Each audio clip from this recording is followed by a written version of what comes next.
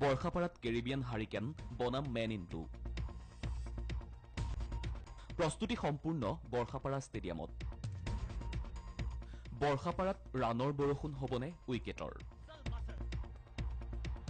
৪৫,০০০ দৰ্শকৰ উপস্থিতিত পুনৰ ঐতিহাসিক ক্ষণৰ সাক্ষীৰ বাবে প্ৰায় প্ৰস্তুতি সম্পূৰ্ণ হৈছে বৰ্ষাপাৰা ষ্টেডিয়ামত প্ৰথমখন এদিনীয়া ক্ৰিকেট অনুষ্ঠিত হ'বলৈ গৈ থকা ষ্টেডিয়ামখন সজাই তোলা হৈছে আটকধুনীয়াকৈ অহা ২১ অক্টোবৰত সমূহ সমৰত নামিব কোহলি বাহিনী বনাম কেৰিবিয়ান বাহিনী অহা ২১ অক্টোবৰত যিখন আমাৰ ওৱান ডে টুৰ্ণামেণ্ট হ'ব ৱেষ্ট ইণ্ডিজ ভাৰ্চেছ ইণ্ডিয়াৰ এখন টুৰ্ণামেণ্টৰ প্ৰস্তুতি আমি প্ৰায় কৰি গৈ আছোঁ যিখিনি আমাৰ কৰিবলগীয়া কাম আছিলে যোৱা বছৰ T20ৰ পিছত আমাৰ যিটো ৰিন'ভেশ্যনবিলাকৰ যিবিলাক কাম আছিলে মিনিমাম য'ত চেঞ্জ কৰিবলগীয়া আছিলে য'তখিনি আমি অসুবিধা পাইছিলোঁ বা BCCIৰ নিৰ্দেশনাও আছিলে কিছু বস্তু চেঞ্জ কৰিবলগীয়া সেইবিলাক কাম আমি আগবাঢ়ি গৈ আছোঁ ৪৫,০০০ দৰ্শকৰ বাবে সাজু বৰ্ষাপাৰা ডে নাইট খেল চাবলৈ উৎকণ্ঠা ক্ৰীড়াপ্ৰেমীৰ ২ বজাৰ পৰা নহয় ১২:৩০ বজাৰ পৰা বৰ্ষাপাৰা ষ্টেডিয়ামত অনুষ্ঠিত হ'ব ইণ্ডিয়া ৱেষ্ট ইণ্ডিজৰ মাজৰ সেইখন প্ৰথম ওৱান ডে মেটছ আৰু ২১ অক্টোবৰত অনুষ্ঠিত হ'বলগীয়া সেই ওৱান ডে মেটছখনক লৈ এতিয়া অধীৰ আগ্ৰহেৰে বাট চাইছে ৰাজ্যবাসীয়ে সম্প্ৰতি গুৱাহাটীত বাহৰ পতা BCCIৰ এটা দলে প্ৰতিদিনে পৰ্যবেক্ষণ কৰিছে ষ্টেডিয়ামখন অৱশ্যে BCCIয়ে লোৱা সিদ্ধান্ত মৰ্মে দুপৰীয়া ২ বজাৰ পৰিৱৰ্তে হাই ভল্টেজ মেটছখন আৰম্ভ হ'ব ১২:৩০ কাৰণ গুৱাহাটীৰ বতৰ আৰু সময়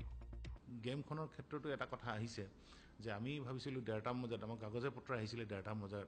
ষ্টাৰ্ট কৰাৰ কথা ১:৩০ পৰা ষ্টাৰ্ট হোৱা কথা আছিলে হয়তো গেমখন কিছু সময় আগুৱাব পাৰে ১৭ অক্টোবৰত গুৱাহাটী পাব ৱেষ্ট ইণ্ডিজ ১৮ অক্টোবৰত গুৱাহাটী পাবহি টীম ইণ্ডিয়া ১৮, ১৯, ২০ অক্টোবৰত বৰ্ষাপাৰাত অনুশীলন চলাব দুয়ো দলে ১৭ অক্টোবৰত টীম ৱেষ্ট ইণ্ডিজ আৰু ১৮ অক্টোবৰত টীম ইণ্ডিয়া আহি উপস্থিত হ'ব গুৱাহাটীত ৰেডিচন ব্লু হোটেলত থাকিবলগীয়া দুয়োটা দলে বৰ্ষাপাৰাৰ এই প্ৰেক্টিছ গ্ৰাউণ্ডতে চলাব তেওঁলোকে অনুশীলন আৰু তাৰ পিছতে ২১ অক্টোবৰত তেওঁলোকে অৱতীৰ্ণ হ'ব সেইখন প্ৰথম ডে নাইট মেটছত অসম ক্ৰিকেট সন্থাই দুয়োটা দলকে হোটেল ৰেডিচন ব্লুত ৰখাৰ কৰিব ব্যৱস্থা আনহাতে প্ৰথমখন এদিনীয়াৰ টিকট অনলাইন যোগে মুকলি হ'ব ৩০ ছেপ্টেম্বৰৰ পূৰ্বে যোৱাবাৰৰ ৰেটৰ লগত কম্পেৰিজন কৰি বঢ়াব কমাব সেইখিনি ডিচিশ্যন তেখেতসকলে ল'ব ৩০ তাৰিখৰ ভিতৰত এইটো এটা মানে আমি ক'ব পাৰিম এতিয়া সকলোৰে অপেক্ষা ২১ অক্টোবৰলৈ